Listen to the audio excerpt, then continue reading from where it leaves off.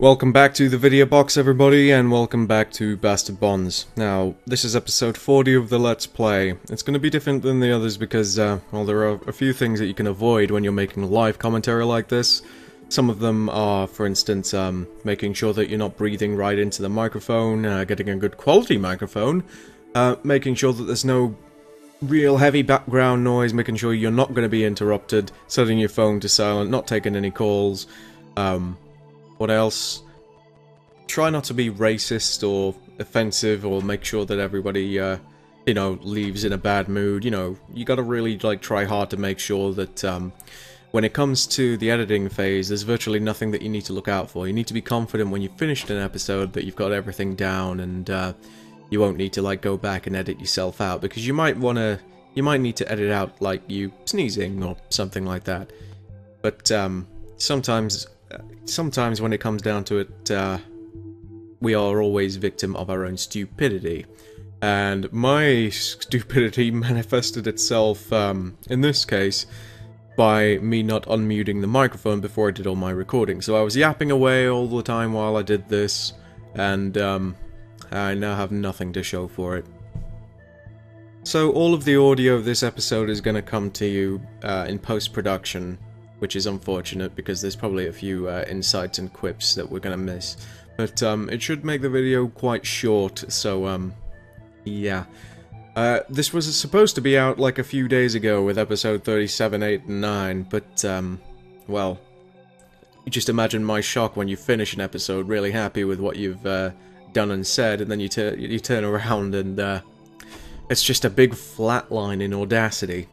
Nothing special. I came back to Fastard's archive, got a little bit further than I had previously, and, well, used the key, came into this big room, full of these Final Fantasy IX logo-esque crystals. The room confused me. There's clearly some kind of puzzle here, but there's also this, this altar, which, is begging for some kind of sacrificial item. The only thing sacrificial I have would be the sacrificial dagger, but I'm sure it will probably need something else. This is probably something I'm going to need a little bit of help with, if it's not revealed to you initially, because, well, looking around at all of the icons on the floor and all the patterns and such and the squares, it's confusing me needlessly, and I thought I really didn't want to ruin the puzzle or break it, make it unfinishable. You know, I didn't want anything like that to happen in the playthrough.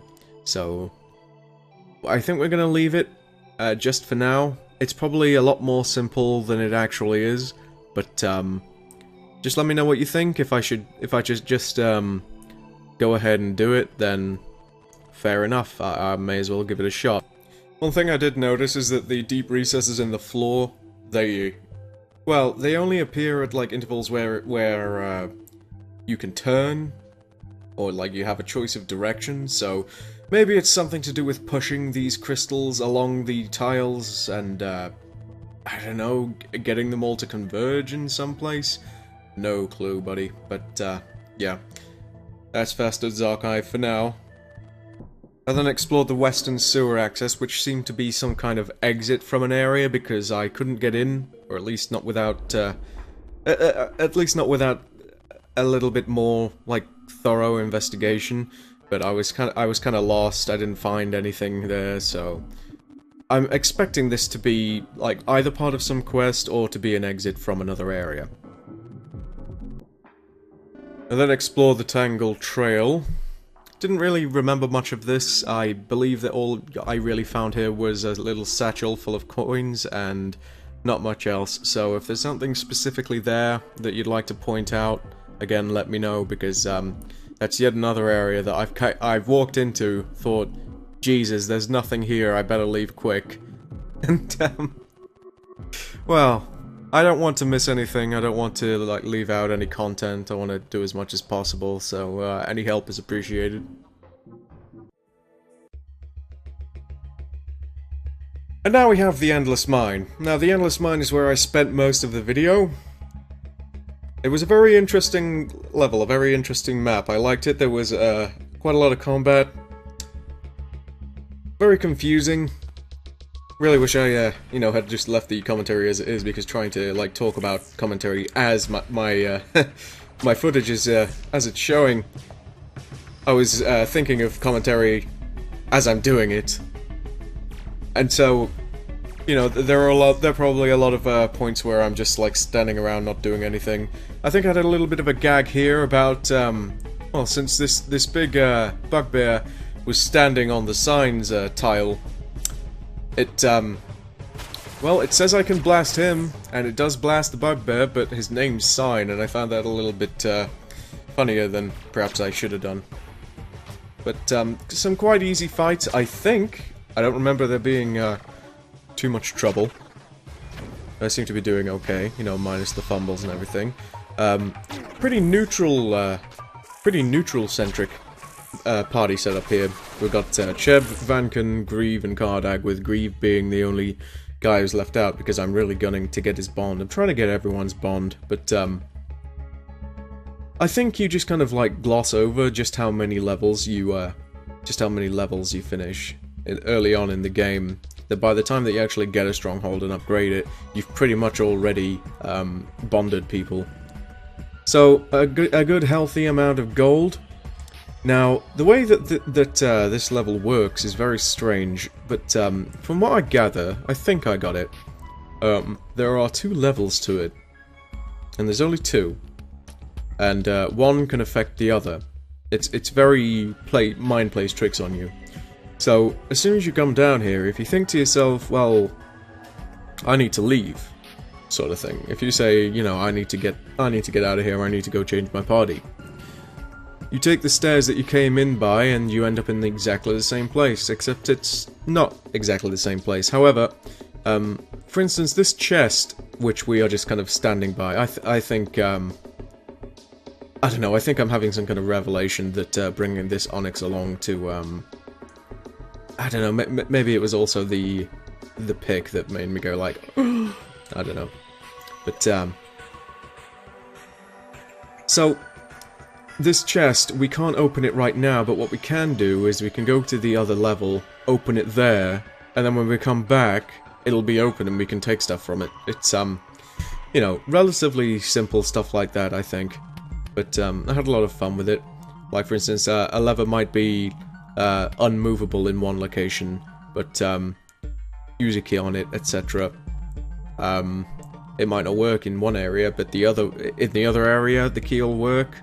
And then you can get to push it in another area. Or perhaps there's a hook to attach a rope to in a certain place. There's a spelunking area here. Please observe safety precautions. Strictly no access without appropriate blah blah. So I think that we actually just get Cheb. Yeah, we get me with my strong as fuck muscles. To break down, well, I would believe it if an orc did it, but no. I seem to remember reacting to that because there is a best of 3, and so I'm like, okay, we're definitely going to get an experience up, we're definitely going to get an amazing result from that, and I just eat shit. You know, the best I get is good.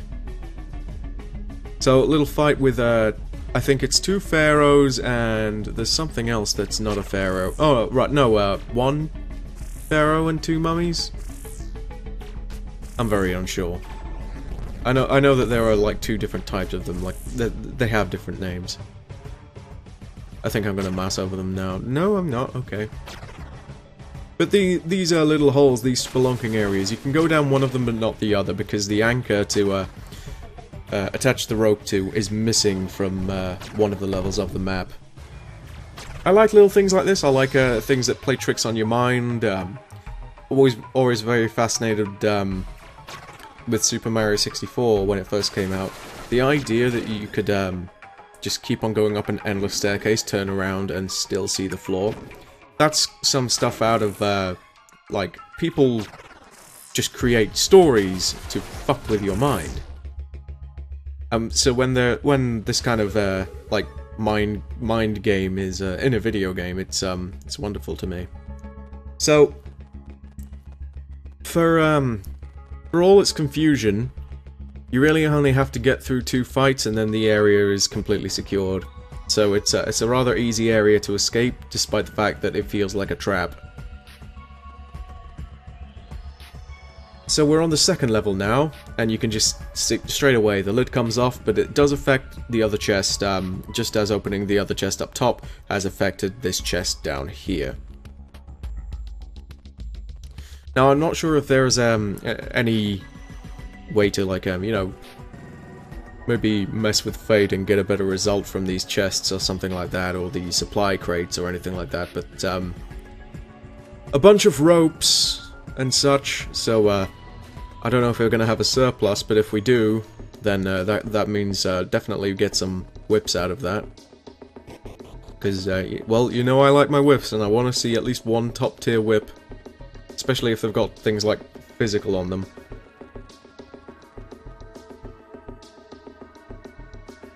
What do we get there? A compartment at one side which houses a key. If I'd stop staring at the window and just hit OK. Ah, the foreman's key. Now, that is actually what you use to unlock the lever which opens the emergency exit. And, of course, you can't use the key on the lever that you need to pull, really. It's all very, very well explained. But you're not even done there. If you go and you pull the lever and then you go to exit, you'll come back out and you will have just gone around in circles. So again, you have to go to the other floor in order to exit. So I'm not really certain that you can, like, force the area to be like unsecurable, but I almost think that should have potentially been a thing for this level, to force people to leave the hard way, but I don't know. It was a fun little trek. I like things that mess with your mind. I think Jer is very fond of like just creating maps that make you think there's more to it than that. I forget the name of it, but he's already made a comment on one of the videos saying, yeah, I like this one because it's deliberately there to fuck with you and make you think that something's happening. So again, that little mine pit right there, I couldn't descend it, so we're gonna go to the other map and descend that. Unsure if there was anything else down there, potentially a fight, an item, something like that.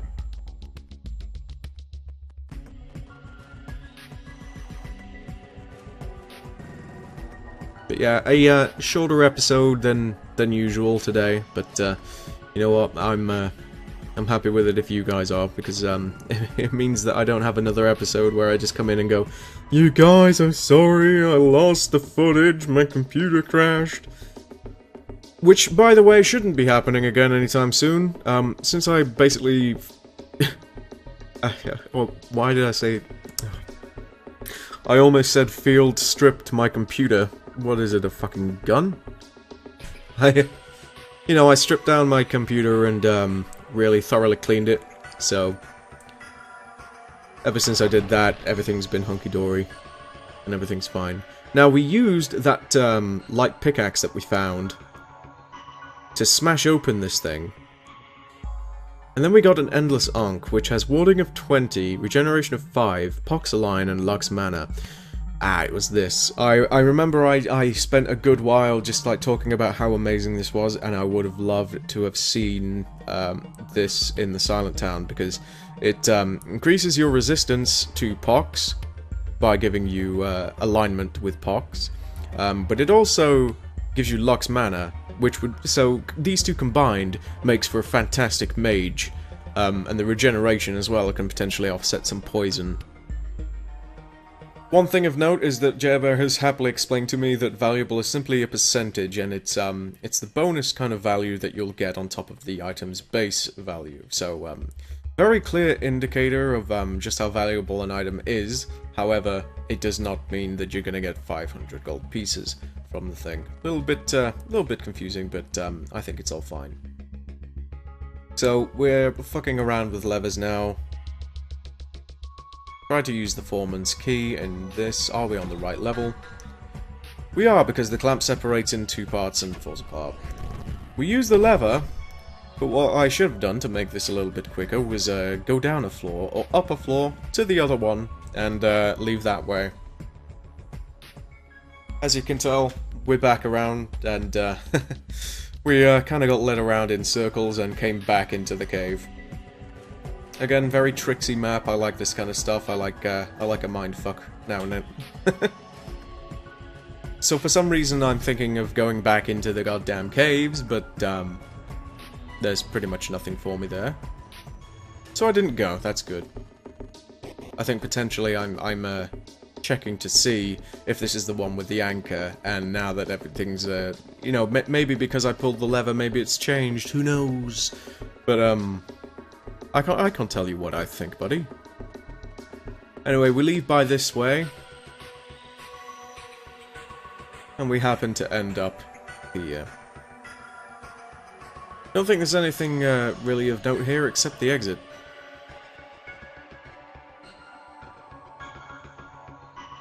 And as much as I love mindfuck areas like that, I'm also always relieved to find the exit, you know? Very rewarding thing. Relatively decent amount of experience, especially for Vanken, who's been lagging behind a little bit. Good mental training. Glittering Azidian sold. And of course we got some level ups. Of course we did. It's a Bastard Bonds. It's a Bastard Bonds video. We can't have one of those without some level ups. We unlocked the 5th rank in fight, which means enemies are going to hesitate more frequently now. So combined with somebody who can negotiate a little bit better, that's always nice. And again, since I love building characters and such, I think I'm just spewing over and over again about this 5th rank in fight. What did I do with Grieve then? Chebley, Sir Chebleton, Chebley Uppercrust the Third.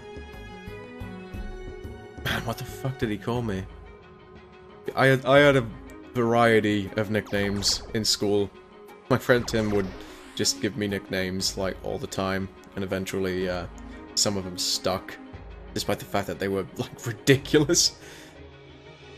So, with Cheb, I believe I just was focusing on getting Labor and Weave up at the same time, and then once I'd had the 4th pips in each, I was gonna, like, then focus on maybe a little bit of Thwart again. So it's nice to finally have, like, an all-rounded utility guy, but I do realize that I might need to put utility skills on other people a lot more frequently. Because it's great that we've got somebody that can do this, but it's also not, perhaps it's not very, I don't know, I'm kind of shooting myself in the foot by only having one person with all of these skills, and I don't really want it to be my Achilles heel that I always bring him along. So, apparently I'm struggling a lot on Vanken. What is that? Arximum? Arximum, and he's reading Archmage. So, I'm speaking of myself like I'm another person, but yeah, I have no idea why why he's procrastinating so much. You know, that guy I don't know. I hope that's it. Just go, buddy. Just go. That's all right. Just go to the 5th rank and blast. Damn it. Give him more damage. I don't know.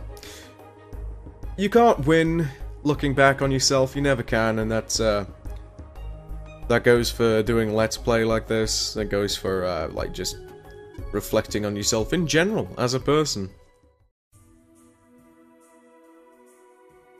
And was that it? Or did I go back to the Tangled Trail? Yep, I went back to the Tangled Trail, and then possibly to the sewers. Let me just edit this out real quick. Yep, and just as I suspected, there was nothing in the Tangled Trail.